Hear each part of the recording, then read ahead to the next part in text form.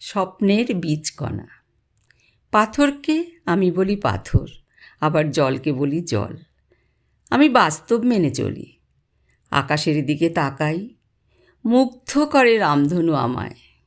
তবে আমি রামধনুতে ঘর বাঁধার কথা ভাবি না।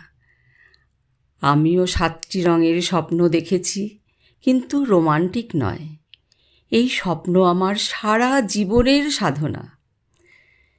তোমাদের কোনো স্বপ্নের কথা জানা নেই আমার, তবে আমি স্বপ্নের বীজকণা আমার হৃদয়ে রোপণ করেছি। পরিশ্রমের জল সেচন করে প্রতীক্ষা করছি তার অঙ্কুরিত হওয়ার।